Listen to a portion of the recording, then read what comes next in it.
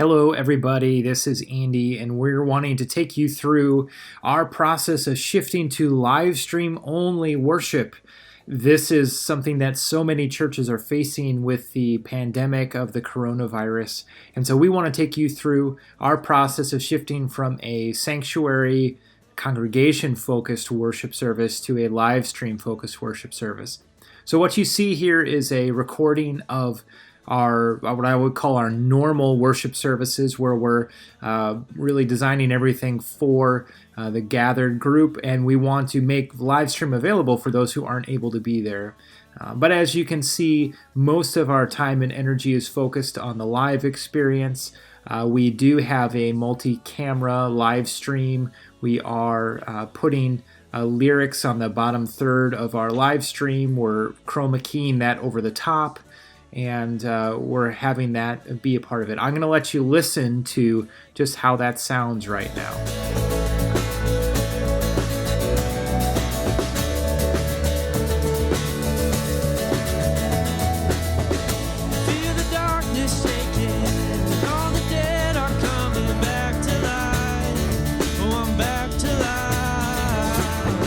So one thing I wanted to let you know is that we actually do have a separate mix going for our live stream.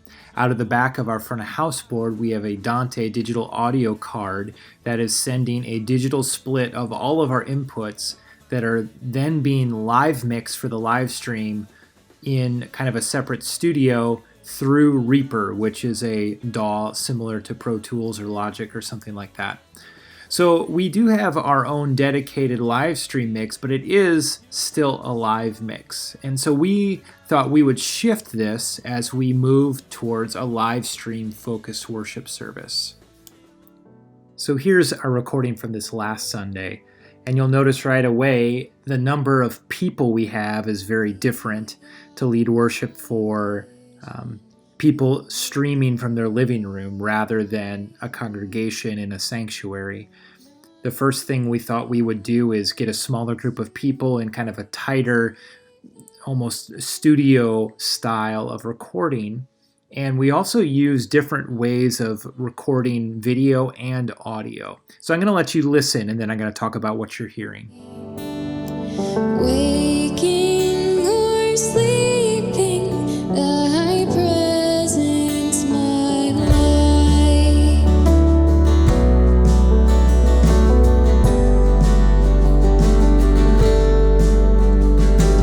Be thou my wisdom, and thou my true word. So let's talk first about what we're hearing from the audio standpoint. We recorded this the same way we would on a Sunday morning. We're plugged into our front of house board, and that's sending all of our tracks to the computer that's running Reaper. And we're able to use Reaper as a way to record each track that we're doing. So everything that you hear live, we're actually playing live. The acoustic guitar and the keys, as long as all the vocals, are all being recorded live, but we're also playing with some pre-recorded tracks. So the other thing you'll notice is that the camera work for our worship here is much different than normal. We have these artistic shots, these handheld shots that we don't normally have on a Sunday morning. And so one of the reasons we wanted to do that is we were really trying to create more of an intimate feel as we're thinking about how people are worshiping in their living rooms and how people are used to consuming content on their screens through a TV or an iPad or something like that. We're used to these camera shots changing much more than just kind of being static representation. And so we wanted to do our best to create an engaging visual to go along with the audio.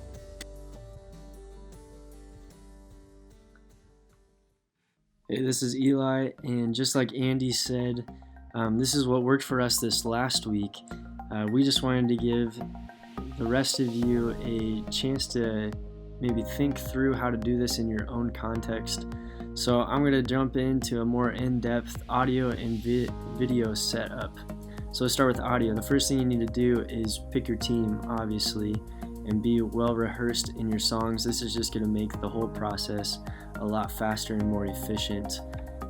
If you're shooting multiple camera takes, play with a click track. There's almost zero way to line up the different takes if you don't have some sort of point of reference. So I would recommend playing with a click track or a backing track. And again, if this whole process is new to your volunteers or even yourself, try to keep the process as close to normal as possible. This allows you to just be relaxed and be familiar instead of being freaked out about something new. So, and that's what we tried to do this last week, and I felt like it worked really well. From there, you're going to record. So record into a DAW, digital audio workspace, or work area, whatever you want to call it. This top right corner is a software called Reaper, which is what we've been using for several years now. It's a cheaper DAW. It's about $60 for the full version. We also use a lot of Ableton, but Pro Tools and Logic are two other really great softwares that you can utilize as well. From there, I would recommend using one project per song. So your initial recording, you can do one large recording if you just want to go song into song into song, but from there I would chop it up and into individual songs and then make those individual projects. That's going to make the editing side of things a lot easier on yourself. From there, you get to fine tune within the DAW. This is kind of where you make the difference between a live session and a studio session. So when I mean fine tuning, I'm talking about EQ. You can pay a little bit more attention to vocals and instrumental EQs. Add some compression to it, add reverb. That just helps give some warmth and some life to it. Add automation, and when I talk about automation, that could mean several different things. You can automate a lot of different effects and such, but I want to suggest that you automate volume or automate levels. That gives it a much more of a real feel, as if the listener is actually in the room listening to the electric guitar at the front of the mix playing a lead line, or the keys doing that, or a vocalist having a solo or something like that. So automate volume. Within Reaper, there's a write function and a read function. So what I did is I went to the very beginning of the section and I hit play and I mixed it as if I was listening and mixing for it live. When I got to the end, I then turned it to read. So from then on, it read exactly what volumes I set it to prior.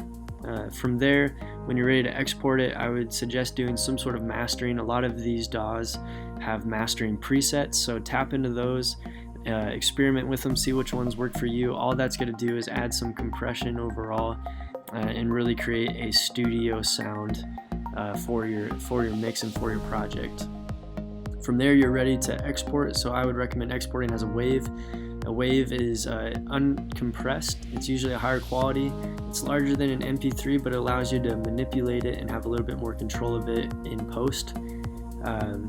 From there, you're then going to import that into whatever software you're using to create the video. And we use Premiere Pro. It's a great program that works for us. As you can see down here in the bottom right, that is the WAV file from our Reaper session. And so it was fairly easy just to plug that in and synchronize it and make that fit all of the video that we took. That brings us into the next section of video. So a quick couple things to think about when you're doing video. Again, start with your band, start with your stage, start with your setup. Through all of that, try to think about lighting. What are you already using for lighting? What do you need to get for lighting? Most of you have stages that are pretty well lit, so I would recommend utilizing that because they're already in place. That's exactly what we did, as you can see in the previous video. From there, position members closer together. This just helps the viewer, as they're watching on the live stream, give it a more intimate feel as well, instead of having everyone spread across the stage. And finally, just come up with a game plan ahead of time for the camera shots. Are you going to take B-roll? Are you going to have external cameras, or are you going to use all of the internal cameras that are already a part of your system? Coming up with a plan is going to save you a lot of time when it comes down to editing and mixing. So this top right corner is a screenshot of our software. It's the TriCaster software by NewTech. This is a great software that we've used for over a year now.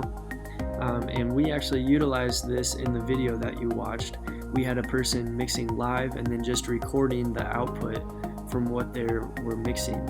We also had some B-shot rolls that were done on external cameras, and we just recorded those shots to an SD card, which then brings us to the next thing of putting it all together. So I imported all of those videos and files into Adobe Premiere, and again, I did individual projects per song. So I'm not sure, the song that you see right here, this is no longer Slaves project. So what I did was just imported all of the video into that. I synchronized the clips.